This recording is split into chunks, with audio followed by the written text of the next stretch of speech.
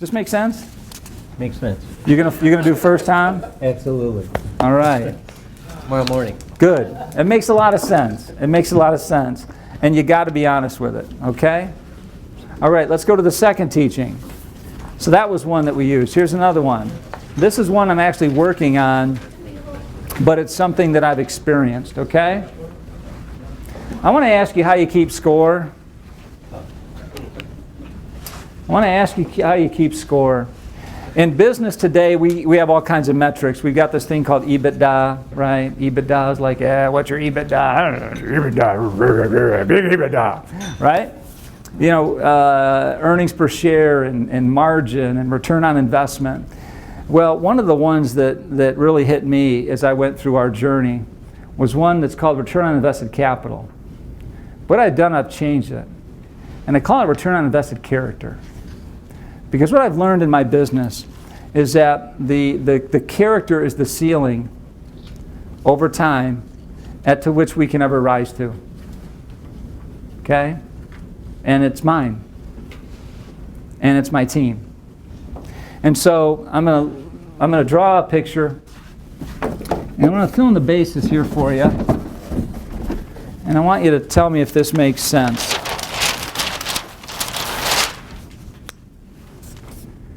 I don't play baseball. My kids play soccer. They swim. You saw the guys who play basketball. This thing's called home plate, right? And the goal is to get there, right? And when we get there, we get runs. And that's a good thing. And the more runs we get, it's a good thing. The world would call this significance.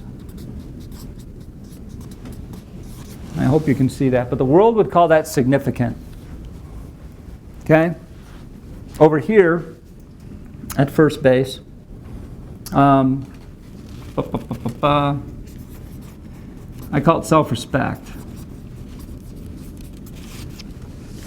This is world scoring. Over here, at second base, there's this thing called teams, people. Be part of something, be involved in something. Over here is the word success. That's kind of how I've kept score for a long time. That's how the world scores. Well, I want to be significant. I want to be successful. Might mean I need to be part of a team. Now, if I get all that, people will respect me, right? God plays the game a bit differently. God's word on the bottom for home is you made an impact in the kingdom. You made impact. His first base is called character. His second base is called community. His third base is called influence. How God plays the game is each of us was birthed to have an impact in His kingdom. None of you were wasted. Nobody's wasted. Everybody was born with a unique assignment to have an impact in and for the kingdom. That's what He prays for. That's what His heart breaks for. That's what He rejoices, is that you've had an impact in the kingdom with your life to the lives of other people. First base for Him is He works on your character. He's always working on your character. As your character gets refined, He brings you into community with people. People come into your world, they come into your life. And He's working on your character. You can influence other people. You can be part of teams. You can move teams forward. And through community, He goes, man, this Bev Thiel person over at the Y, really working on this. She's doing some cool things in the community, with this community of people. I put her in a position where she's of influence. She's looked up to. People aspire to be like her. And she's having great impact in my kingdom. And we just keep working it, right? We just keep working it. He's always working on our character. In business, we don't run the bases that way, do we? what I found in my early years in business is me, and I see other businesses, we're focused not on impact, we're focused on we want to be somebody. I want to get something. I want to be that position. I want to own that house. I want to be in the paper. I want to be somebody. I want to be significant. And the world tells me what significant means. And to be significant, well, I have to be successful. So I work on being successful. So I go from home plate to third base. Because I'm going to work on being successful. And what the world tells me success looks like. And what success feels like. And then to be successful, that means I need to hang with people, right? Because I need people to help me get what I want, which is success. And I go into community with them, but I might be using them to get what I want, to make me feel good. And at the end of the day, that gives me some level of self-respect because I'm somebody. But here's what happens. We run the bases that way. We keep running the bases that way. And for some reason, regardless of which way you run it, we always get back to this word. We get back to character. Whether you go from home base to first base, or you go from home plate and go all the way around, somehow character punches its ticket. Think of how many business leaders have been significant and successful and have been admired and worshipped, and they've been brought into different communities of people, but at the end of the day, character punches a ticket. One that's close to home for me is Enron. I was a partner at Arthur Andersen. I was a consulting partner at Arthur Andersen. I left before that happened. I had friends that got crushed by Enron. Crushed by Enron. Ken Lay, significant. Heck, I was at a leadership conference where he spoke. And they talked about the crazy stuff that he's doing in energy. And they lauded him and his team for all the cool things they were doing with Enron and just crazy. And the private equity guys, the investment bankers and the law firm, oh my gosh, what they were doing. And the value of the company and success and the millionaires they were creating and the value in the 401ks. Wow, Enron. And they were successful, and Ken got invited to all kinds of stuff, and people looked at him, and then something happened. It was a fraud. It didn't exist. Ken and his team are selling stock. Within moments, it felt like. The whole thing unravels, and what do you learn? Liars. Cheaters. It was a facade. Character punched its ticket. And now what happens? We start running the bases the way God designed the game to be played. What happened to people now when you come back in the community? They got hurt. They got hurt really bad. What happened to Ken's influence? As Moses took the Israelites to the promised land, what did God do? You can't enter. You lose your influence. And then what's your legacy? What's Ken Lay's legacy? He's dead, guys. What's his legacy? Did he have an impact for the kingdom? Maybe people found Jesus because of what they went through. But was he the significant person that he set out to be? We've run the bases this way. I've seen other companies run the same way. Guys, as leaders, this is the governor. Lack of character in a company is like having cancer. September 14th, 2012, I'm in my office, 3:20 in the afternoon, with a VP. I got my phone on for some reason. I normally have my cell phone on. Pick up the phone, my doctor's on the other end of it. He says, Scott, how you doing? I said, great, got Byron Center, homecoming that night, got kids in the parade, what are we going to do? And he goes, you got a second? Sure, I got a second. He goes, the test results are in. Really? Well, how'd they do? He goes, it's malignant. Malignant. Is that the good one? Or is that the bad one? He goes, Scott, you have cancer. I'm like, really? Did not see that coming. I would learn 3 days later I have a mass that covers 40% of my left kidney. that needed to get out now. Your blood system, I would learn, goes through your kidneys every 3 minutes. And when cancer in your kidney metastasizes, God's already built a freeway for it to travel, unfortunately, through your blood system. So in 2 weeks, basically from that day, I have a mass removed from my left kidney. I had cancer. And I would spend the next 4 to 5 weeks at home. And I remember the counsel I received was, don't waste your time. They remove your tumor, right? They remove the cancer, and they send you home to get well. Because you can't do anything else until you heal. No chemo, no radiation, no anything until you go home and get well. Man, I got hair on my belly. A Notre Dame guy shaved me, for crying out loud. I prayed for a Michigan man and God delivered. I had an Illinois person do that was okay, and Nancy said, yeah, the Notre Dame, that was a little, it was badly shaven. It's a Notre Dame guy. So what are you going to do with your time? What I do with my time is I spent my time chatting with God. Okay? What did we talk about? We talked about cancer. What cancer did we talk about? We didn't talk once about kidney cancer. Not once. That wasn't his concern. His concern was my character. I'm recovering from kidney cancer. I don't know how bad it is for the next 4 to 5 weeks. And for 4 to 5 weeks, what we talked about was my character. Not my significance, not my influence. I have cancer. He's talking to me about my character.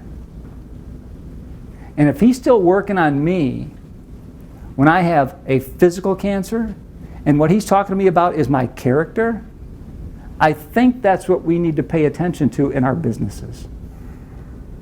Because cancer in a physical body spreads and it can kill. It doesn't belong there. Bad character in a company is like a physical cancer. It spreads, it infects, it undermines, it sabotages, and it needs to be eradicated and removed. I came back after 5 weeks. I couldn't sit up well. I don't think my people liked it because I spent 4 to 5 weeks thinking through cancer. And here was the interesting thing. This is the picture I drew in my journal. God's here going, here's the life. That's my intended life for you. There, remember, here, there. Here, there. I draw weird pictures, okay? He's like, here's Scott. Hello. Here's where you're supposed to be. That's there. Scott. Whoa. You're here. Here's my intended life for you. Here's the life you're living. Why have you put these cancers in your life that separate you from me? Anger. We got to deal with that. Regret. Let's deal with it. Unforgiveness. Deal with it. List them. Here's my intended life for you. Here's one you're living. We're going to work on this. I don't know the test results yet, God. It don't matter. I don't care. I want you here. You're choosing to live here. We're going to work on this stuff. So I came back from work, or from being time off. It was work.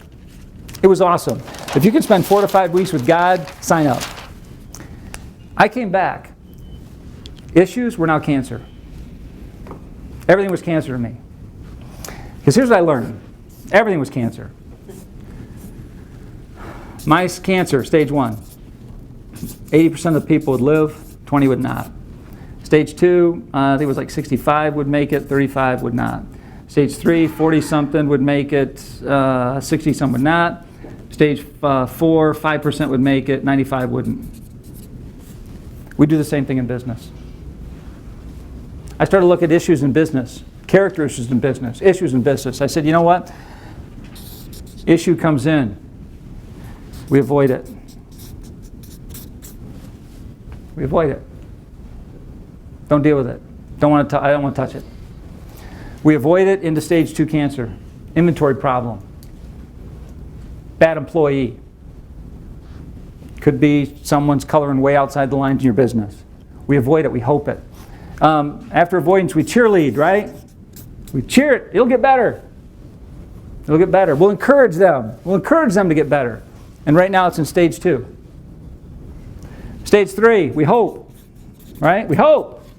We hope it'll get better. That's a great strategy. We hope it'll get better. What you don't know is it's in stage 3 cancer. And ultimately, because you haven't dealt with it, you haven't dealt with the issue, it's now stage 4. And what happens, guys, is you've lost time. It's very costly. And you've lost credibility. And in the meantime, cancer just ticks away. Bad character ticks away. Bad character pays a price. Pays a price. Okay? I came back and I'm telling this story. I remember being in the doctor's office. He shows me a picture of my 2 kidneys. I didn't need to go to medical school to go, that one looks different. True story. I go, Brian, I'm going to jump up on the table. We're going to play Civil War. Give me a stick. Give me some whiskey. I'll drink. You cut open. Just fire up your knife. Get it out. I want it out now. It doesn't belong there. Because if it grows, if it metastasizes, I may die. I want it out now. Question. Why do I not behave the same way when there's an issue in my marriage? Why do I not behave the same way when there's an issue in my company? Why do I not look at it with the same urgency I did on that Monday? When it was identified as a problem, it didn't belong in my company, and I said, it's going to get out now. We do a much better job of that now than we did before. And the shame of it is it took a physical cancer for me to get it. But I got it. Okay? Character pays a heavy price. Good or not so good? Make sense? In your sheet, what I'd like you to do, you have this thing, it's a baseball field. You got it filled in. Next page says, next 40 hours, I will commit to intentionally. Hey guys, could you please do this for me? Where's cancer exist in your personal life? Something that I get is that we're trying to build whole, healthy human beings at work, not just good people at work. We want our people to be healthy human beings. If you're unhealthy outside of work, you're not healthy at work. Okay? It just doesn't work that way. You're either healthy or you're not healthy. Okay? You're either really sick or you're in a better place. But I want you to identify where cancer exists in you. What's some of that stuff you got to deal with that's getting in the way of your team being where your team could be because you're not dealing with it? Okay? What is it? And then I said, with courage, take some steps to put an end to it, man. Let's go. Man, I got this conversation I have to have with this person at work because it's killing our relationship. It's just killing us. And it's just festering. And it's just hurting the organization because of this relationship I have with this person. We've got to put an end to it. Okay? There's a product line that's killing us. It's just sucking money out of our company. And we got to put a bullet to it. Okay? Make sense? All right. Good exercise? Makes sense? Okay. Third one I have for you. This is a fun one. For those of us who grew up in the 70s, best music ever is in the 70s, right? 70s. My kids love the 70s music. I love the 70s music. This song was 1979, Jackson Browne. You're singing the words. You have no idea what he's talking about. But you and your knucklehead friends who have hair that's way too long, you're just singing the song. I get what it means now. There's a lyric here. It says, I don't know where I'm running, but I'm running behind. And he repeats that a lot, doesn't he? I don't know where I'm running, but I'm running behind. He looks to friends who used to turn to, before, and when he sees them, he sees they're running too. We run a lot. You can bring time, but you've got to bring energy. You've got to bring energy. One of our grade 8, We have 8 character traits that we built while we were in this place of that we'd rather not be. And one of them that I insisted was there is energy. I want people on my team that are a source of energy when they walk in the room. Okay? I want them to pour into me. And we had some folks at that time, they're not with us anymore, that when they walked in the room, energy ran out. And you know what those people are like. Maybe you're that person.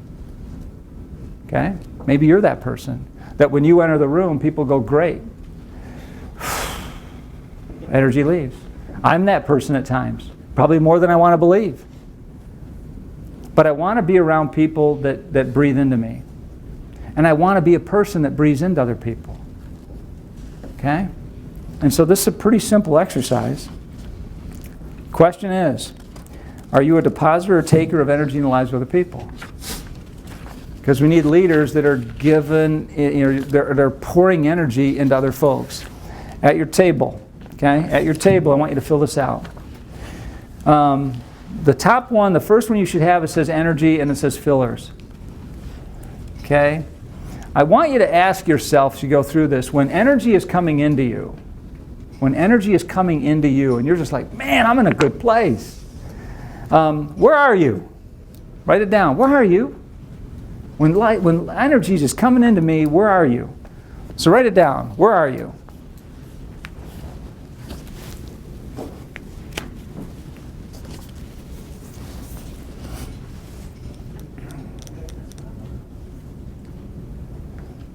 Scott, Yo. you're referring to physical or emotional place? Just, Where are you? just physically, where are you? Are you at work? Are you at the lake? Or where are you?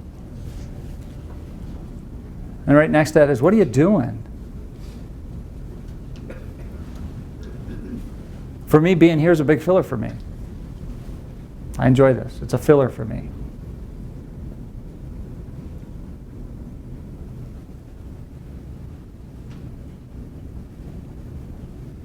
Who are you with?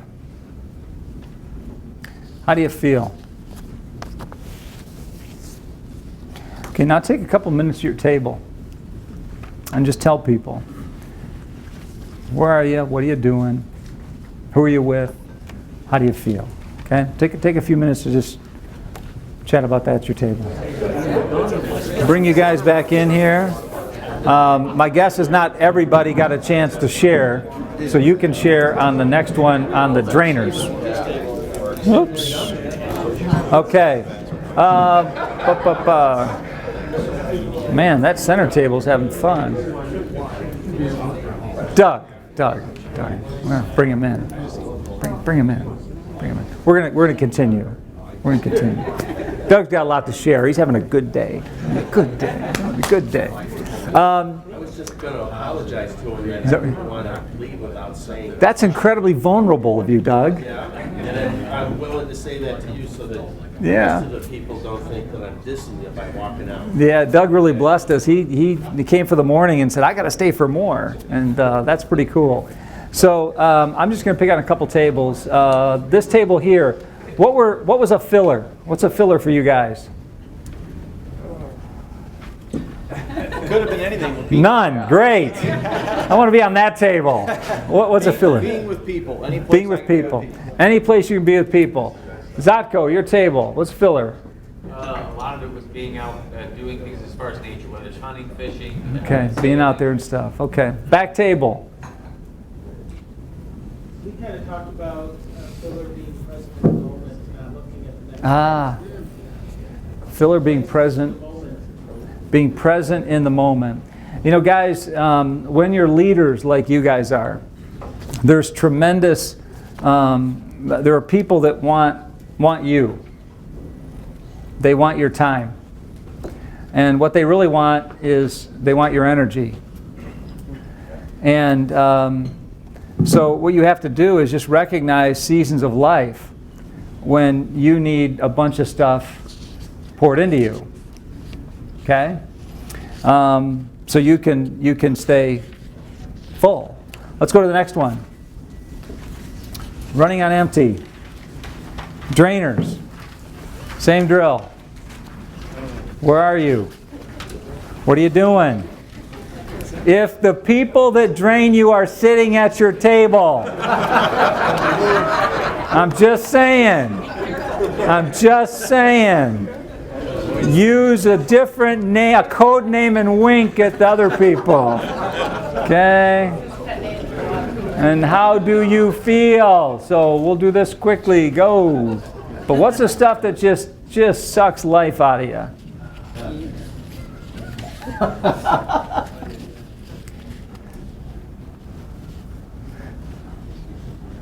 On a sheet over here, someone just wrote, they have an arrow pointing across the table.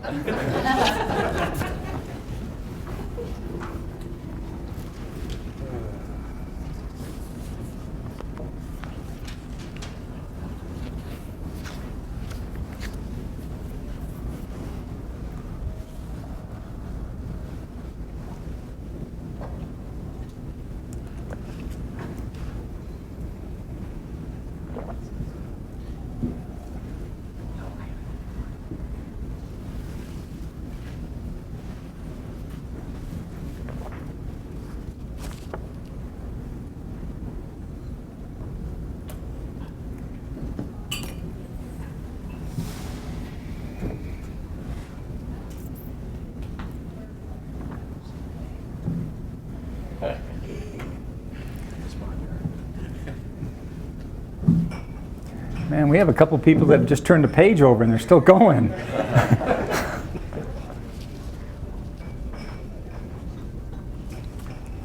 Okay, let's look at these for a second. Go ahead and put your pen down, but share with your table.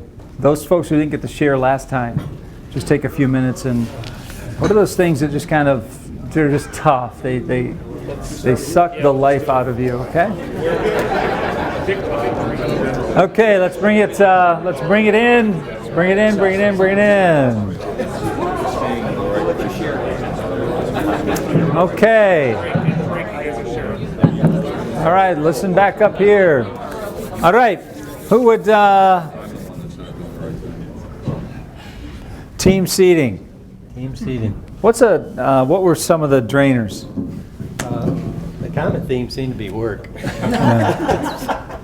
Yeah. But we love it, Tom. You love it. Why is that? Why is that? Why did that show up a lot? I think that's where a lot of the frustration lies. People aren't moving ahead. You Yeah. know, naysayers, lack of creativity sometimes. Yeah. Hitting those walls. Yeah. Okay. Yeah. So work can be a drain, can it? Who had this table here? Mark. How about you guys? You know, basically it came down to, people that don't want to be happy. I mean, usually the person that's sucking the energy out is the person that just, they never look at, the old saying, lemons, lemonade, what do you want? They're going to have lemons because Yeah. they just want to be sour about it. And, that's probably the most draining thing. When someone doesn't want to, they'd rather just be unhappy. I like to use the term, I know some people that they're not happy unless they're unhappy. Anytime you talk to them, they're unhappy. And just like they don't want to, Mark B. Well, we didn't all get a chance to talk, but for me, I think the thing, place, it's always hard for me to pick out a specific place, but it's just inactivity in general. Inactivity, just when things aren't moving, we're not going anywhere, it drives me crazy. The what is really just if you're spinning your wheels, or there's arguing, or there's just complaining. The who are just negative people that I just can't. I have an intolerance for that, and it just makes me feel like I just want to get away and not be around those people. Yeah. This table. It's a lack of time. I feel like things are just going so fast in my life right now. Getting to the family. Nice to slow down. Yeah. Yeah, it would. That's a common one that we hear. Can you guys hear me okay? We abandoned the mic. Can you hear me okay, Jake? That's a common one that we hear with leaders is this thing called time. Not having enough of it. And then when you have it, do you bring enough of you to it? Okay, the biggest asset that we have is energy. A friend of ours author, radio guy, says he uses the phrase, bring energy home. And he goes after men with it. He says, guys, do not give all the energy at your work, because your kids don't care. When you walk in the door, they don't really care how hard your day was. Your spouse doesn't care the confrontation which says, Dad is home. Mom is home. Do not give all of the best of you to people who are not your family. Okay? I do that too much. I do that too much. Okay? But don't give it all at the office. Okay? Bring it home. And one of the reasons that I like doing this one, it's a good reminder. This is one of these reminders for me that I need to do this again. That I need to pull this thing back out and put Jackson Browne headphones on and go. But I need to keep doing this because you go through different seasons of life, right? You're going to go through seasons where people are just pouring into you and just good stuff's happening and you're running pretty high. You know, if this is your tank, there's just lots of blessings coming in here. And for some reason, just the rhythm of life is working really well for you. And then all of a sudden, there's something, you go through another season that it's not so much. The first quarter of every year for me is a tough season. A lot of my friends know that. It's a busy season for our company. Lots of trade shows, lots of travel, missing kids stuff. You know, missing kids stuff for me is a drain. It bothers me. So in the first quarter, I try and remember, it's going to be tough in the first quarter. I'm going to be gone a lot. I'm going to miss some stuff. And I don't like to miss stuff. So what am I going to do during that season where I'm going to intentionally get some energy from, my energy comes from either being with people like you, and I also like quiet time. I write a lot. I journal a lot. I devotion a lot. So I love being with people, they fill me, but I also want my time so I can think and write. So I try and schedule time in where I know I can write and I can think and I can read, but I'm also with my buddies that can pour into me. Because here's the challenge you run into, guys, this happened to me, is there are different levels in your tank, man. If you start getting down to here, there's this word called stress. I call that the 6-letter diet. Okay? Stress. If you have more going out than going in for a short period of time, it's called stress. Okay? If you have more going out than coming in for a long time, the next one's called anxiety. Okay? If this goes on for a long period of time, this is called breakdown. That's called burnout. That's called nervous breakdown. That's called depression. Okay? Anybody been there? Okay? I've gone through seasons where I tell you what, I am pouring so much out of me and I'm not taking care of myself physically. I'm not writing. I'm not journaling. I'm not meeting with my buds. And you're just wiped. Someone I saw write the word tired. Right? When you hear someone, that's a word in men. Okay, and I'll speak about men. When I hear a guy say he's tired, that is a bad word for me. Because he's telling me a lot of things when he says he's tired. One of the things he's telling me, he's alone. And men and women were not built to be alone and be in isolation. We do dumb stuff in isolation. Okay? We're exhausted when we're isolated. We think stupid things when we're isolated. Okay? But, you know, we're born to be in community. But this is what happens. So, knowing this, my challenge for you as leaders is know where you're at. Know where you're at. When you're going through heavy seasons of you're going to pour stuff out, whatever that season is for you. You know, Mark, the principal, he goes through these seasons where it's just all kinds of school activities. He makes time to work out. He's got 5 kids at home. He makes time to work out. That's one of his fillers. Okay? So just recognize where you're at, all right? Because there's nobody who's been commissioned to do your assignment other than you. You're the only mom at home. You're the only dad at home. You're the only one that does your job at work. There is only one you, okay? And we talk about healthy. You need to be healthy. And I spelled that word wrong. Okay? Make sense? Did you notice this is also part of Johari window? Did you guys catch that? I kind of snuck that one in ya. Does your team know what fills you up? Does your team know what sucks the life out of you? At work. Do they know that? Man, here's Scott. There's some people here that could tell you this is the stuff Scott really likes to do. Okay, and here's the stuff he just don't like it at all. Don't make them guess. Tell them. So at least they're not blindsided when they walk into something. They go, I guess he doesn't like doing this stuff. No, I hate it. You're sucking life out of me right now. And I don't want to hear that they won the Rose Bowl. Okay. My gosh, you just cut me open. Took my other kidney. Anyways. Okay. The other one we got here, guys. So again, we're talking about you got to be healthy. You got to be healthy, right? Do you know yourself? Is there cancer in you that you need to deal with? Is there cancer in your company that you need to eradicate? Okay? Get it out, right? What is the source of energy for you? What's the drainers of energy for you? And make sure people know it. This is the last one. And then we get to eat. And it's an S curve. And it's not what we drive. It's not what we drive. This is an S curve. This is a life cycle curve. I use this for lots of stuff. Lots of stuff.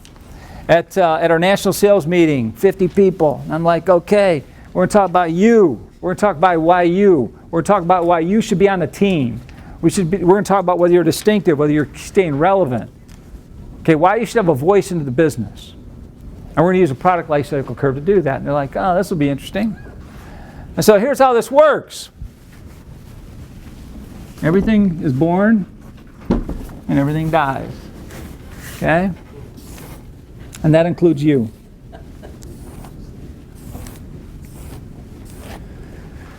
There's this phase called introduction or invention or innovation. Pick your word. Let's call it introduction. That something goes through. There's a growth phase to it. There's a maturation process where the product matures.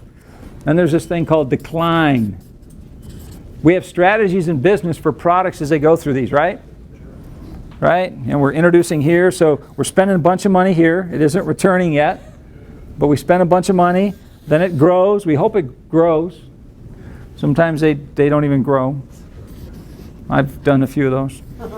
Then they mature, and then they do a slow death. And in companies, there's strategies for products that are declining, right? And we try and work them, right? Man, you got to take cost out and all that stuff. It's dying. We get this for business. Do we get this for you?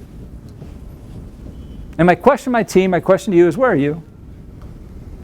If I look at you as a learner, okay, learning, investing in yourself, where are you? Are you growing? Are you growing as a leader? Okay, are you still like, man, Scott, I am right here. I am right there. I am still growing. Or are you over here going, I'm burned out. I'm disinterested. I'm beat up and I'm tired. And the company owes me. The company owes me because back here, I did some cool stuff. And maybe you're the one that says, they owe me. My church owes me. And I pastored this son of a gun when there was 100 people here, and now there's 700, 800, and I'm not really investing in myself anymore. And I know my sermons are pretty bad, and I'm still I'm still doing King James stuff from 1947. Okay? And I'm playing the old music that I grew up in a Methodist church. That's the old music, right? I know pipe organs. But you know what? I don't care because they owe me. They owe me. I don't have the energy to keep up with the pace of change that's going around in the world. And I'm right here. Right? Where's your team? I said something earlier this morning. Could the team you were a year ago compete with the team you are today? Yes or no? If they put you in uniforms, and the team you were a year ago showed up, and you played a game, you picked a game, who wins? Are you still dealing with the same internal issues? Someone's a ball hog, and this guy shoots all the time, and this guy over dribbles, and that guy still doesn't, play team defense? Where's your team?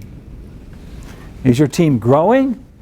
Is your team here? Is your team going down? Where are you? Okay? Where are you? What sigmoid would tell us, this is the sigmoid curve, is that this is life. Is that this is life. And those people who understand this, what they do is they pick these points in here where they go, you know, it's time for me to reinvent me. It's time for me to transform me. It's time for me to go to another curve. And so they draw these really cool pictures that go like this. And you have another S, right? It's like us with products. One of our cool products back there is called Camo. It's a screw. I don't know, I'm giggling, it's cool. But think about it. It's a screw that holds down a deck board. Face fasteners hold down deck boards. Our screw holds down a deck board. At the end of the day, your deck board gets held down, right? But it's pretty special. Because there's a story and an experience that people get with that product that they didn't get with another product. And they like the experience. And it ain't just about the screw. It's everything that comes along with the experience. And so what we've done is we have in the industry created another curve with something as silly as a deck screw. Okay? As a deck screw. And we're already working on another S's, more S's, with something as silly as that. We do it with products. Are you doing it with you? Is that a Jerry Maguire? Jerry Maguire. He reinvented himself? Yeah, and he got fired, I think. Bad day, bad transformation. Bad transformation. But what I would ask you to do, and the food is coming in, is, in your sheet, I've given you 6 areas of life to take a peek at. Where are you physically? Where's your body? Is your body healthy? If your body isn't healthy, you won't be able to bring all of you, all of your energy to what is important. Where are you? Are you investing in yourself and physically in your body? Where are you intellectually? Do you read? I've got a book list that I put together, we'll hand it out later, of just stuff that I read. I'm reading constantly. I love it. I just love to read. Okay? How do you learn? We do books together. Every quarter, my team gets books from me. Sometimes it's 8 different books, and they all write a book report on that book, and then in 3 months, we read 8 books, and I got the Cliff Notes. And we can just read the books. What touched you? What touched you in that book that'll transform or impact you personally? What touched you in that book that we should consider using in our company? What was it? What's that 1 or 2 things that you'd glean from the book? And to hear people give their book report is really cool. We have one person that, man, I want her to read every book because I'll never have to read another book. I mean, it's awesome. And then we have other people that they come in with a napkin and they go, they wipe it on their face and they go, I read it and I liked it. Thank you. Sometimes we'll read the same book. We'll read the same book. And then everyone gets assigned a chapter. They do a book report on the chapter. Okay? But we're learning together. And I want to know what touched them in the book. Not that they read the stupid book. What touched them? Okay, what touched them? So what are you doing intellectually to grow, to stay stimulated? Emotionally, where are you at? Just where are you at emotionally? You in a good place? You up, down? I mean, some days you're great, some days you're just, you're not steady. Where are you emotionally? Relationally, what are the key relationships in your life? Any of them cancerous? Any of them cancerous? I mean, I'll be very transparent. My employees, my folks who work for me, I'm recovering from cancer, and I have a son that works for us that didn't show up to work on time. Killing me. I'm the president of the company, and my son won't show up to work on time. It's killing me. I'm trying to recover from cancer, and I'm spending more time thinking about my son not showing up to work on time than I am, how am I doing? The first time I saw my son, told me he couldn't work there anymore. It was killing me. Okay? Have the CEO hat on. You can't work here anymore. I need people at this company, they'll be here on time and do what they say they're going to do. You're not him. Take the CEO hat off. Put the dad hat on. I love you. I love you. But brother, you're making some really bad choices. And you hurt your dad. What are those cancerous relationships you have that have to get resolved? Where are you relationally? Spiritually, where are you at? I run through good seasons, I run through not so good seasons. I do. Not proud of that. But are you moving closer to Him? Are you on par with Him, or are you running away from Him? Where are you at? Doug Young grabbed me. He said, Scott, I've started to pray at work. I said, man, God bless you. Praise God for that. I said, what you did, Doug, is you invited them into something that's really important to you that they didn't know before. You kept it private. He goes, yeah. And it feels good. It's normal now. Cool. Where are you at spiritually? Leadership, where are you? Are you a growing leader? When you look at that legacy you're writing right now, that story, are you excited about what's back there? Is it getting better? Is there work to be done? Probably. I mean, when I look at my leadership, my legacy on the left, I mean, there's some stuff I just didn't get done. I let people down. Not proud of it.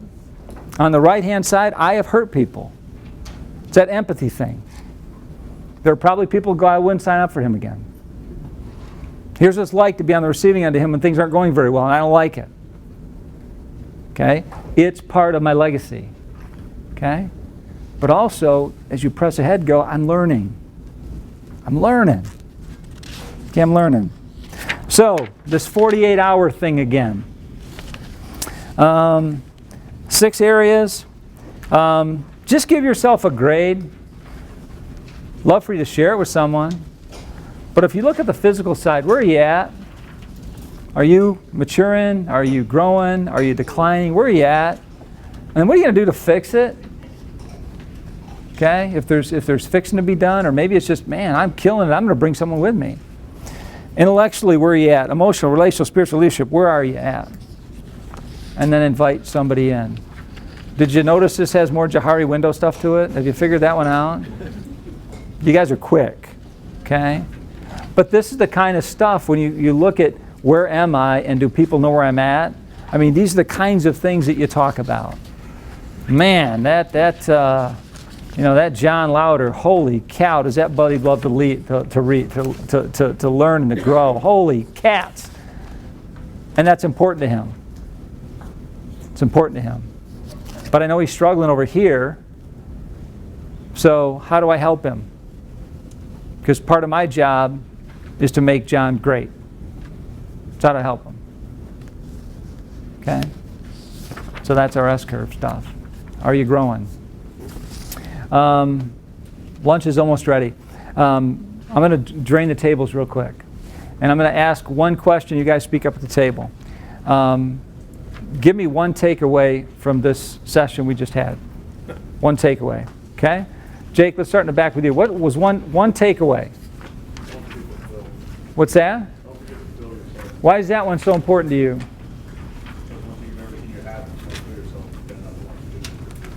Good stuff. Guy in the orange.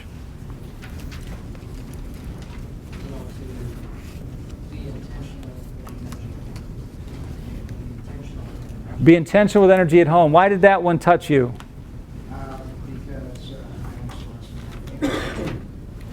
What was that? I almost lost my family because I didn't do it right. Ah, that's, you see how cancer fits in there? See how that fits in there? It's amazing. All these different teachings. You go, wow, avoid and da-da-da, and all of a sudden, wow, we've got major reconstruction to do. How about this table here? Stacy and your table? I think it was the analogy with the stages of cancer and how we deal with issues. Why did that one touch you? Because I think I see it a lot at home and in the workplace. We avoid things and try to help them, and sometimes it just goes and goes. Yeah, she said that the thing that touched her was the cancer thing and how we avoid it, and it goes through stages and stages and stages and stages. And you just avoid it away, and it doesn't really go away. So, okay, how about this table? What touched you? I like the character piece and the keeping score. The character piece and the keeping score. Why'd that hit you? That's the return on character, I think. You know, you exhibit high character to others. It's an example. Okay. Good stuff. This table here? Dave? For me, it was the balance with transparency. Ah. Because I'm probably too transparent. At times it scares the heck out of me. Yeah. It scares my language, but it's, yeah, and I've got to really, it's the balance Mm. about Scott. Okay. Good stuff. Keith, did you have something? Sure, on the container showing how full it is, or when it's being drained, the different levels, losing a little can signify stress, losing more is anxiety, and then at the bottom it's breakdown or depression. Not just that breakdown or that analogy, but most of us have probably been to at least 2 of those stages before, but now you probably recognize them, Yeah. combat them quicker. Yeah, and that's when I first saw that teaching a bunch of years ago as a pastor. The book is, I think it's called Leading on Empty. And I'm looking at this pastor, and he's talking about where he actually had a breakdown. Leading a huge church, had a breakdown. His name's Wayne Cordiero. And I'm reading the book, and I'm going, where's my royalty check? Because he's writing this book about me. How about this table here in the middle? Our table? Your table. They're all so quiet. Ah.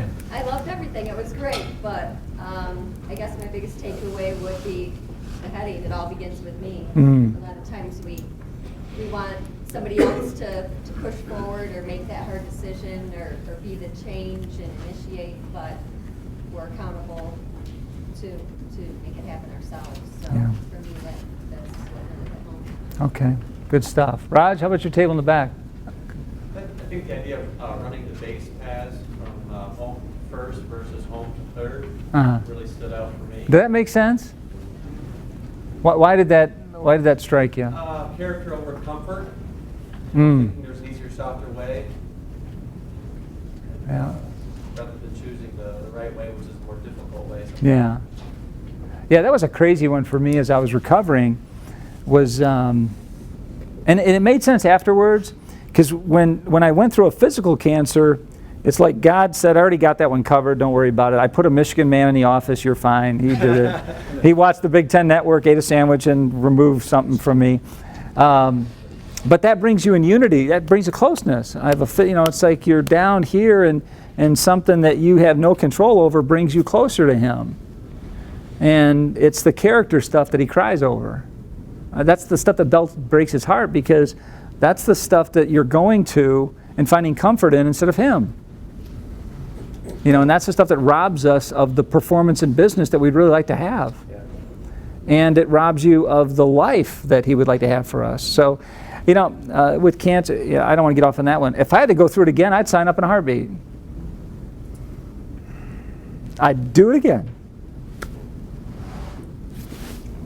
Bev. You said something about not letting stuff get in the way, Mm. the comment that you made. And it just touched me, I guess, where I am right now, but I think letting others set your direction instead of you knowing the direction that you want to go. So in my head, the comment that keeps going is, let's just step over that and keep going. And then when you had me look behind, that brought it all together. So just step over and leave them behind, or leave that behind, or whatever. Okay. Good stuff. How about this table? For me, it was just to be aware of what's on the receiving end of me. I'm from Jersey, and so I tend to typical Jersey girl, and She's going to eat alone. That empathy part is my struggle on the receiving end of me. Yeah, that's I don't know who I ever heard that from or if I made it up, but man, oh man, it's like the receiving end of a pass or something. But when I first started using that, I mean, it really is. It really is. And do it with your kids. How about this table? Mark, how about you? Two things. One was just thinking about what kind of experience our school creates for our children, just to think about it in that way. Like, how would they describe the experience that they had while they were there? And then also just about the blind spots, that whole piece there, which is a little bit scary to go down that road to ask people to identify them. So I'm just thinking about that. Okay, good stuff. Rob, you? Well, I would piggyback on that. It was a passing comment that you had, Scott, about the different people that check your blind spots, and Brian. So in that, I captured, what would it look like to assemble kind of a personal board of directors? You've got the leader, the team, the culture, and everything, but underneath the leader, who's checking with them? And so I almost wondered what a dashboard would look like with many of the tools that you've included, to have people checking with me on a regular basis to make sure that I'm running the basis God's way, through kind of some of these lenses that you've equipped us with. Good stuff. Good stuff. Kevin, you? Accountability. I believe that's very important. And a lot of times we only want to hear what we want to hear instead of being told what's really going on. And how we're perceived and everything of that nature. Okay. How about you guys right here? Table of two. Ron? Well, there's two things for me. Keeping your character, it's a heavy hit. And you lose a lot of the world piece of the score a lot of times when you hold your character. But you don't lose it in God's eyes. That's what he's looking at. And the other thing is I need to start a new S-curve because I'm empty. Okay. Good stuff. How about this table? A couple takeaways from you guys. Leslie. Really hit me with the blind spot and, being open enough to learn where those are, but then also to consider what does that do to the team that's around me and the folks that I'm working with. Okay. Deb? Filling up others' tanks. Why'd that hit you? Personal stuff. Yeah? Personal stuff going on, but with my team as well, instead of making sure that the tasks are done, that I'm filling up the tanks. Yeah, good for you. Yeah, because I'll close with this. A year from now, from this day to next day, we're going to be back together on March 8th. We're all going to come back. You're going to bring your friends. We're going to do this all over again. Okay? And what you'll have written, because I know you're good leaders, because you're going to do this. You take direction well.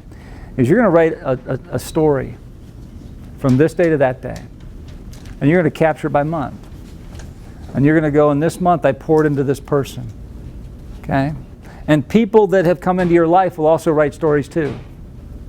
And from this day to that day, what we're going to read about is how your life story has made other people's life stories a better read. Okay? Because what a shame it would be if from this day to the next day, all the lives of people that intersected with yours wrote stories, and either you were never mentioned or you were someone they overcame. Because our job here is to make other people's stories better reads. Okay? And as I explained it to you before, it's called the Knucklehead Journey of Knuckleheads or something is what I call it. But these are the things I'm going to cover, and I'll go through them fairly quickly. One is this thing called the fall. So what happened in my industry and what had happened to our company. Our identity, culture, team, customers, suppliers, product.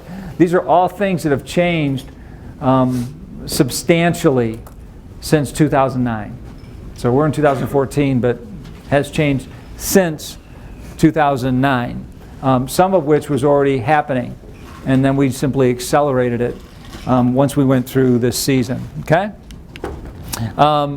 These are not our numbers. They're kind of like benchmarks. The way this is put together is back in 2002, if the number was 1, we doubled the size of the company between 02 and 08. Okay? So this was the run rate we were running. So outsider cursory review of your business, they'd go, holy Toledo, you've doubled the size of the business, you've entered 2 more markets, you've done this with product. So outsider's perspective, looking at the business, they would say, that's really cool stuff, right? Doing good stuff. And we were doing lots of good stuff during this season. Okay? But underneath it, when you peeled it back, my biggest concern was my leadership team. Okay? And what often happens is growth and really good stuff masks other problems, doesn't it? Okay, it did my company. You guys are better than me. You don't mask anything. But we had these issues that, it's like that cancer thing that, well, we're growing so fast, we'll avoid that for now.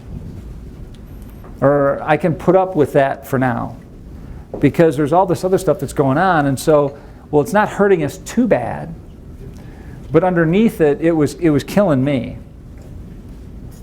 Okay, it was killing me. And then 2009 showed up. Okay, so 2008 shows up, housing market collapse, right? So housing market collapses. And in 1 year, that's the fall that we had. And I've got 2 different things going on because we were planning a business that was going to be at that 1.14. So in the fall of that year, we were looking at $15 million, $10 million of growth, okay? That's what we're looking at. November pops, and you saw what happened to your 401ks, all that fun stuff. And I picked a number that was 40% smaller than what our company was. And then if you look at the gap between the 114, I mean, it was substantial. And so the way I looked at it was, I thought God had me building a company of this size, but now He has me building a company of this size. That's how I looked at it. Part of the stinker was that isn't how a lot of the guys on my team looked at it. So I'm looking at it as, this is what I'm building, this is the cards were dealt, and you've got a lot of people thinking, look what just happened to us. What do we do now? I mean, think of the emotion. Someone thinks they're going to be there. They were here. They thought they were going to be there. And now they're there. I mean, they're in a worse place than when we started. And so how do you lead an organization when you're nowhere close to where your team thought you would be? Okay? Or our team thought we would be. And so in a very short period of time, we cut wages. Okay, top guys, I think we're 15, 20%, a big number. I think our numbers were 5%, 10%, and then bigger. So we cut wages. We let people go. Fortunately, in Michigan, we'd already started downsizing in 2006. But now I'm doing it in more parts of the organization. And that's a tough one to do when you're looking at people in your office and you're looking at someone going, Rob, you didn't do anything wrong. But, you know, we're done. You know, we have to move ahead. That's pretty difficult. And I remember it was in February, I got in front of the company and said, we're going to cut whatever millions of dollars. It'll be done in 30 days. And the next time I get in front of you, it'll be done. And then 30 days later, you're up in front of them, and there's families that aren't there anymore. And we're an employee-owned company. These are families, these are people that you know. And part of the struggle I had to go through with guys is I felt, because this was on my watch. I was the president, I was the CEO when this happened. And so there's a part of me that felt responsible for it. Okay, it happened on my watch. So I assembled some things that I did. So we went through that, and that May, we hosted our first leadership summit for our industry, Western Michigan. Had 125, 150 people showed up. So we've just been whacked. I'm building a business that's smaller than I thought I was going to build. And one of the things I did was host a leadership summit. Okay, does that make sense? Okay, it kind of reminds me in Kings where these 2 kings are out there and their troops need water. And they don't get water. And someone knows some dude named Elijah. And so Elijah shows up and And the kings go, okay, Elisha, I mean, you've got the red line to God. Take care of this. And the first thing he says is, bring me a harpist. Bring me a harpist. They had to be going, what? A harpist? We need water, and he wants to play mood music? What's going on? And so I host a leadership summit. But what we did is I started accelerating the pouring into my team on leadership. And that leadership summit brought in my customers. Because my feeling was, and I kept telling my team this, is what people look for when they're in a place where they would rather not be, which is where we were. And a place we'd rather not be is what they want is hope. That's right. Okay? They want hope. They don't even need to know how they're going to get out of it, but what they want is to be able to look in your eyes and see some level of hope. Give me a glimmer of hope. And so the reason I did it is I wanted to give my customers hope. I wanted to give my team hope. I wanted to stand up in front of my customer base, and I had suppliers there too. I wanted to stand up in front of my employees and cast hope. We called it the Extreme Makeover Edition of leadership, and we talked about leadership. We talked about what great leaders do, and how great leaders move people from here to here. How great leaders don't allow the circumstances of their life to impact the choices they make in their life. And we had 100 and some odd people there. So I poured in there. I assembled my top 20 people. I told the story of Exodus. And I drew this picture. I said, hey, yeah, God promised the Israelites a better day. He promised the nation a better day. He didn't promise those people a better day. He promised the nation a better day. Okay?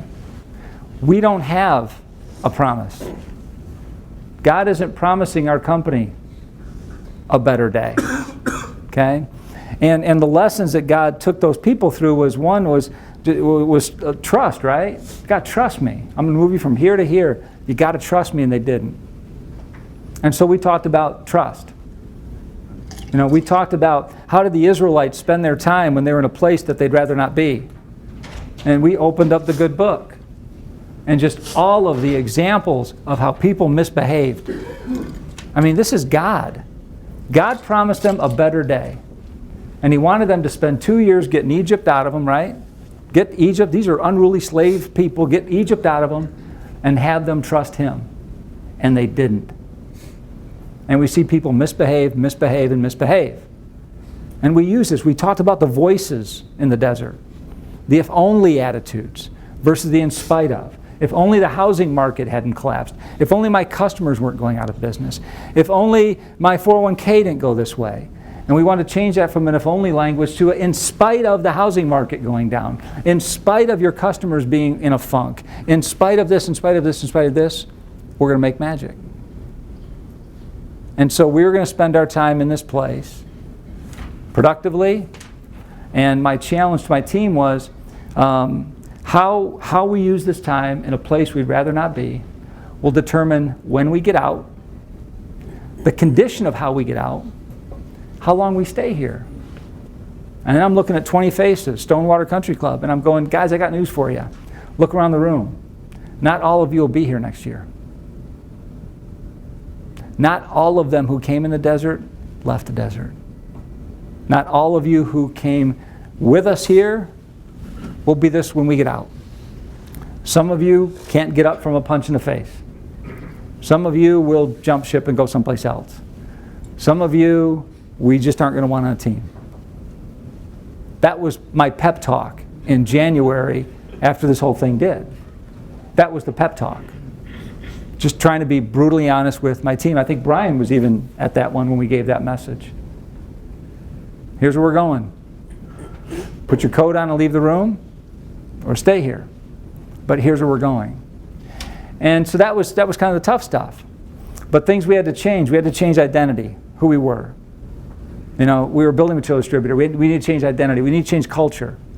From a culture of dependence, and my North BU worked different than my South BU. We had to look at our product strategy that had been coming. So we had a lot of work to do while we were there. But one of the key things that I did, guys, I invested. Anytime you invest in your people, that's gonna pay dividends. So we invested in our people. I mean, I brought Brian in. I mean, they're like, what? You're going to bring in somebody to help you with leadership and you just did this whack? Yep, I am. Yep. He's going to help. We're going to be stronger coming out of it than we were. We'll be smaller, but we'll be stronger coming out than we ever were going in. So we're going to invest in our people. Who are the leaders of the future? What are we going to do? And then we invest in the community. We invest in our customers as well. And we also invested in product. We invested in product. And one of the products back there, and it's been a great story for us, this thing called camo. When we entered the desert, there was no camo. And what we did, I mean, it sounds simple, is screws go through the face of a deck. Bad, bad, bad. You don't want to do that. It's bad. We came up with a way where screws can go through the edge of a board without splitting and cracking it. And we figured that out while we were in the desert. Okay? And that product has not only been a rocket ship for us, but it's changing an industry of how boards get face fastened. And what I had to remind people of is that we created magic. We did industry changing stuff, company changing stuff when we were in the desert, scared. Wages were cut, jobs were cut, attitudes were crappy, voices weren't good, and yet we invested in ourselves and invested in product, and some really cool things happened for us. That's a great story to tell it when it's gone well. No kidding, no kidding. It really is. When you're able to look back and have people that don't believe. Faith is this thing that says you believe it before you see it.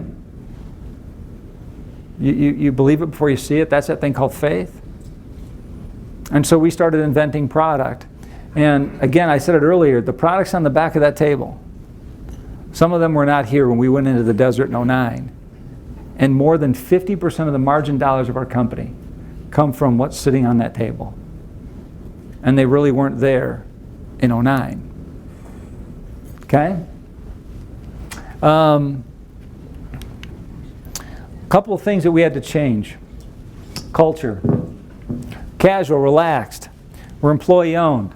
We're in the building materials industry. It's a good old boy industry. You sit down, you talk to somebody. There's no urgency. It's just the way the industry works, Scott. You just need to get over it. And then it festered into our culture. So culture was casual, relaxed, no sense of urgency. I'm coming from a consulting world, okay, where it wasn't casual and it wasn't relaxed. It was giddy up, let's go. Okay?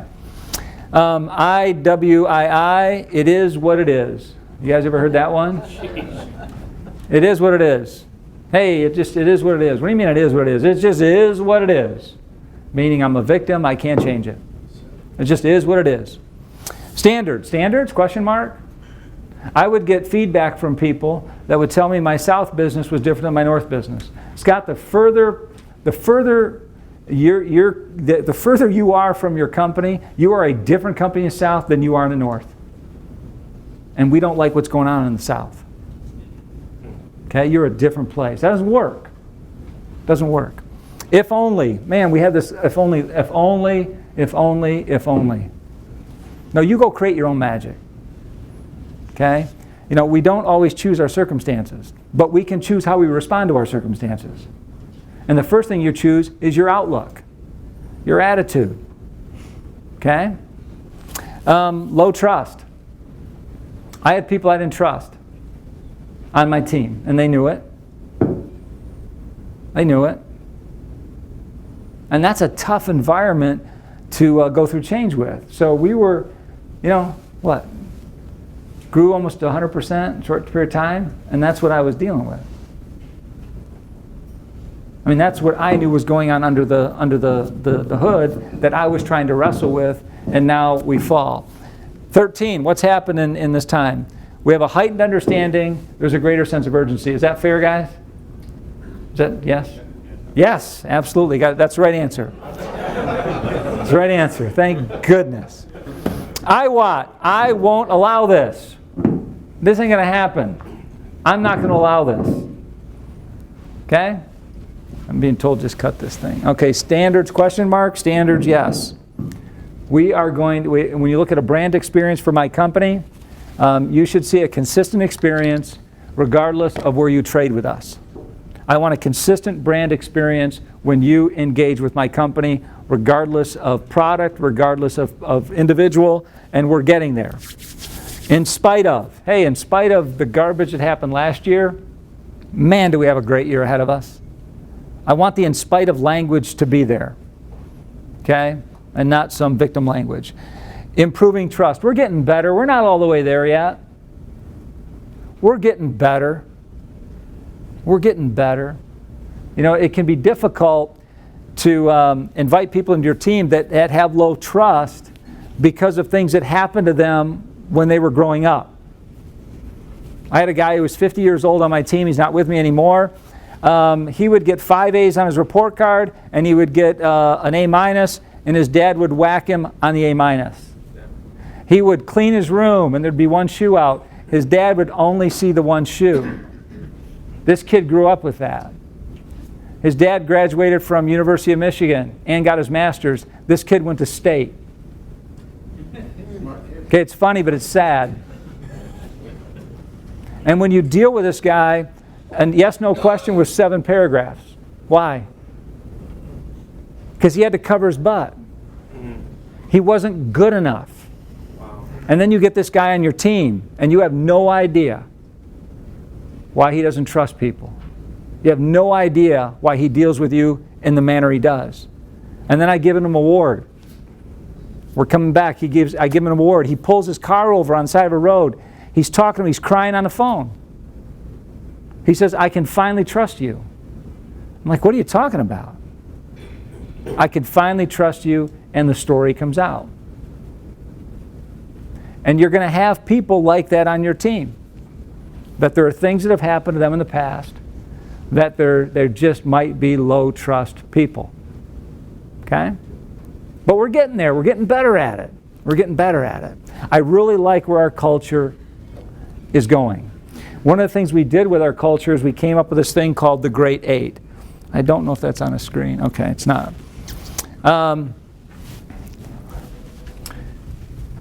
You guys can have copies of these. Brian actually helped us with this. What I wanted as we came out of this, I says, we're going to leave this bad stuff. I want a leadership brand. I want people to know that when they bump into a National Nail person, there's a brand that's right on our foreheads. I want a leadership brand. And so we wrestled for, it seemed like, way too long over words. But we came up with 8. And we say we aspire to be this. We're still a work in process, okay? First one we put down is we aspire to be servant leaders. We're going to aspire to be a company that cares for other people before we care for ourselves. We aspire to do things with integrity. We're going to do it the right way. We're going to do it the right way. We're not going to have a private meeting in a conference room and then have people go and blab outside the room. That's a lack of integrity. If we call a play, you run the play. You don't, that's a lack of integrity. Okay? We're going to run it the way that we've all agreed that we're going to do. Judgment. I want people that have good judgment. And to me, what that meant was not getting the answer right. It was the process you used. My 12-year-old, he can do math in his head. He puts the answers down and said, man, you got to show your work. But I know the answer. You got to show your work. Why? The teacher wants to see the process. Because if the process is right, you can move on to more complicated problems. What I want to see in my team is the process. You may have gotten the answer right. I want to know how you thought through it to come up with the answer. I don't need you guessing. If your process is good, you may still get the wrong answer, but at least I know you have a sound process for how you make decisions. Courage. Got to have guts. You got to have guts to do the stuff you've never done before. You got to have guts to do the hard stuff. The hard stuff. Sit down with an employee and tell them, man, things aren't going well. Sit down with a customer. We fired a customer last year, $1.1 million customer. I think it was our largest customer in the South. Their CEO, I'm working with CEO, and he wants a price reduction. I'm showing him the P&L. I said, I can't give it. He goes, I'm going to take my business and go. I said, look at the cost. You're a difficult customer to work with. I'm not going to drop the price. This is the price. We lost a $1.1 million customer last January. Okay? That takes guts. Okay, it takes guts. But do we have guts to do the hard stuff? Curiosity. I want people around me who ask the question why. Why? Japanese, iritsu norgi ma, law of 5 whys. Japanese believe you need to ask why 5 times to get the root cause of anything. I want people that ask why. If you heard me this morning, hey, what touched you? That, why? Why that? Why? I want to know why. I want curious people. Curious people invent stuff. Curious people go, man, that bird can fly, why can't I? Curious people go, man, do those screws really need, can't we put screws? And look, we built a whole business around it. I want people that are intellectually curious about the world around them. Disciplined. Distance between here and here is discipline. Okay? Energy giving. We talked about that earlier, and the last one is mentoring others. I want people that want to pour their life in the lives of other people. So these are grade 8. I had people on my team that didn't even care about this. Fortunately, they're not here with us anymore. Okay? But we're a work in process. But it gave us something to shoot for. So do you think we use this in interviewing? Heck yes. Because it's easier to hire it than to train it. How often do you hire a person for their resume and you fire them because of this stuff? So it doesn't mean we don't make bad hires, we do. But we're getting better at it. We're getting better at it in terms of how we hire. And it sets a standard for what we're looking for in ourselves and our people. We were a building material distributor in 2008. That meant we bought other people's stuff, we warehoused it, and we sold other people's stuff. That's a tough game. Because that guy you bought it from may change his mind. And you got other people selling that stuff. And then you got customers that change their mind. And you're stuck in the middle. Hard to grow when it's other people's stuff and they got other people selling their stuff in markets close to you. Ain't like you can go there. Because there's protected territories. We're an employee-owned company. That ain't happening with me. We're not going to have people on this side and this side determine the wealth of the business and where we're going to go. So we're going a different direction. We're to become a manufacturer. An OBM, an original brand manufacturer. We brand stuff, we patent stuff, we trademark it, we commercialize it, and we do it pretty doggone well. Okay? Big shift. You got your team looking at you going, you're going to do what? Yeah, we're going to go that way. No, we're going to buy more other people's stuff and sell it for low margin. No, we're done with that racket. And let me give you all the products we failed on it. No, we're going to cut all those products. We cut 30% of our volume. 30% of our volume. Hurt people with comp. And we went in a different direction. And what's really cool is now we're in a place where the next 2 years, we're a 52-year-old company, smaller than we were when we went in. We're looking at 2 of the best years in the history of our company. Next year could be the best year ever. Smaller than we were before. Different cost structure, different everything. There are people that don't even know we were ever a building material distributor. It's cool to have people go, oh, you're Camo? That's one of our brands. Oh, you're the president of Camo. People write articles, oh, we're at Camo World Headquarters. I'm saying, we have one? That is so cool to have a Camo World Headquarters. But they see us as a manufacturer. It's a no-brainer to them. No-brainer to them. Yeah, we're a different animal. And these are some of the brands. Profit Camo Stinger. You know, we used to sell U.S. Canada. We now sell Australia. We sell New Zealand. We had some goofy thing in Thailand. I was on the phone with Israel on Monday. Norway, Sweden, UK, France, South Africa, Canada. We weren't in Home Depot in 2009.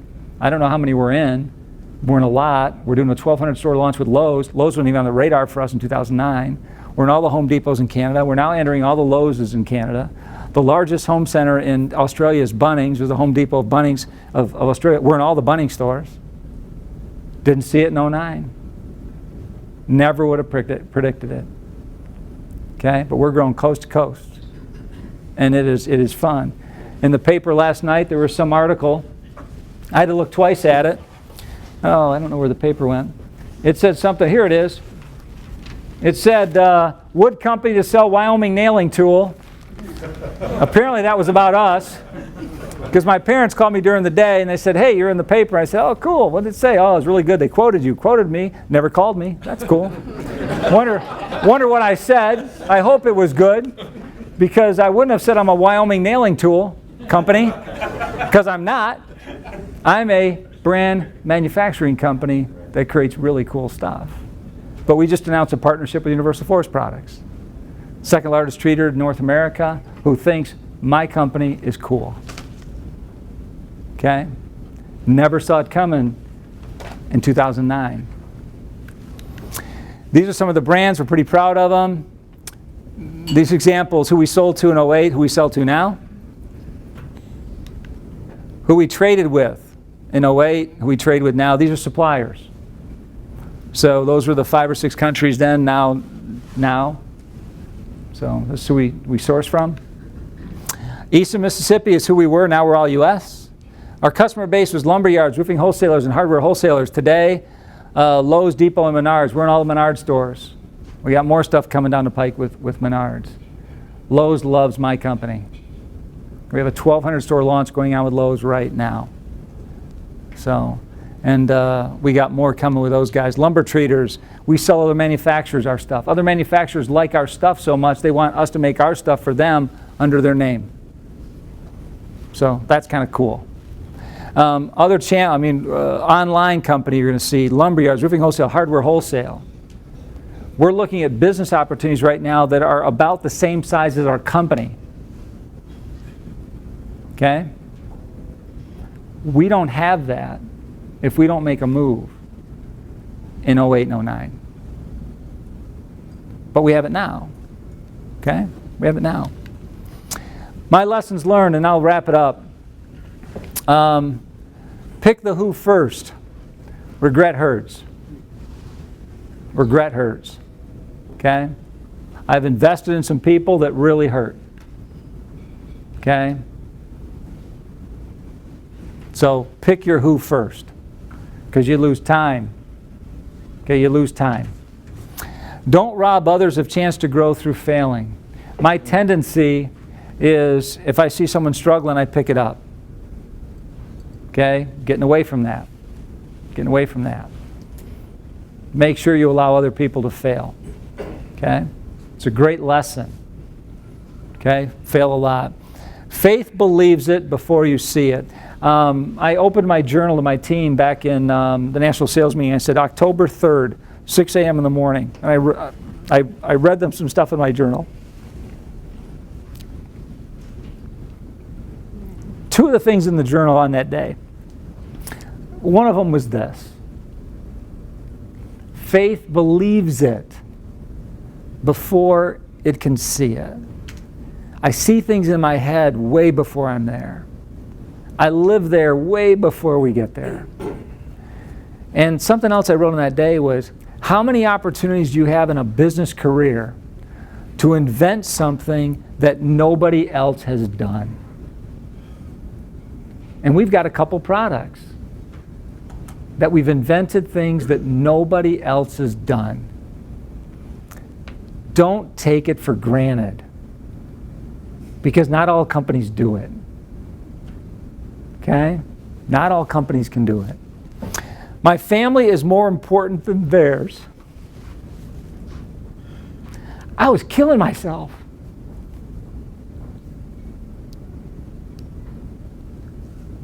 Killing myself. Because I didn't want to let down my employees. Okay? Your home is more important than the people you work with.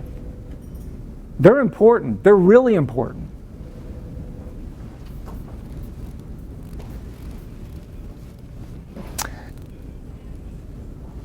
If you're not moving the kingdom, does it really matter? Really? Does it? My team saw me teach more biblically as we went through the fall. Okay? Said, enough's enough, man. Enough of us creating plans and saying, God, is this what you want us to do? Just check it off for us, okay, God? So my team saw me just get a much, just more me, more all me, as we went into this. So more of my teachings were scriptural based. Not trying to convert anybody to Christianity. It's just, I think the best examples for business happen to come from the Bible. And there's knuckleheads that came before us, and we seem to be repeating the same mistakes they made. But it's just great, rich teachings, that's there. So, but really, it's about moving the kingdom. And how do you use your seat to move the kingdom? I got an email a month ago from one of my employees. It said, Scott, I recommitted my life to Christ. That's cool. It came out of nowhere. I'd given him a book, and he's going through this stuff, been through tough stuff. Came out of nowhere. Man, is that a good day? That was a good day. Always build, never quit. You're always building. You're always building. You're always building. You're always building. And quitters suck the life out of me. The leader must always get there first. You heard that from me earlier. You can't send somebody to go do something you wouldn't do unless you don't want to do it. But you got to go first. Never stop learning. Great chances to learn are when you're in this place where, oh my gosh. Going through cancer, 3 things. You're in places you'd rather not be. What will God teach me about me? What will God teach me about Him? And what do I need to go teach? Okay? Never stop learning, never stop growing, never stop teaching. And the last one is, it's a lot more fun being an inventor in OBM than it is a distributor. So, anyways, a lot more fun being a manufacturer and distributor. Okay? One other thing I have for you, it's up here, is our employee evaluation process that we use with our people. And what we did is we integrated our grade 8 into it. Matt Shantz is in the back. He's our guy that leads this. But this came out of this couple-year process too. We tried to keep it really simple. The front page says, keep doing this, start doing this, and stop doing this. He had a great year. Just keep doing this, stop doing this, and start doing this. Thank you very much. Next one, goals. What did we intentionally set out to do, and how did we do? How did we do? Goal 1 through whatever. Next question is, how'd you get it done? How'd you get it done? You achieved the goal, but you killed people along the way. Not so good. Not so good. How did you get the goal done? Okay? And next to it, we have our grade 8. We have our grade 8. You got your goals done. How did you get it done? Did you achieve it modeling the kind of leader that we want in our company? Next one. How was it achieved? Competence. And we drive, agility, incessant tinkerer. Chemistry. Did you work well with people? You accomplished your goals, but you don't play well in the sandbox. But do you work with and through people? And we have this thing called a 9-box grid, and then individual development plans. But we tried to come up with something that was a little bit simpler than all the check boxes that we had that HR companies give us. So you're more than welcome to use that. So that's a little bit about our company.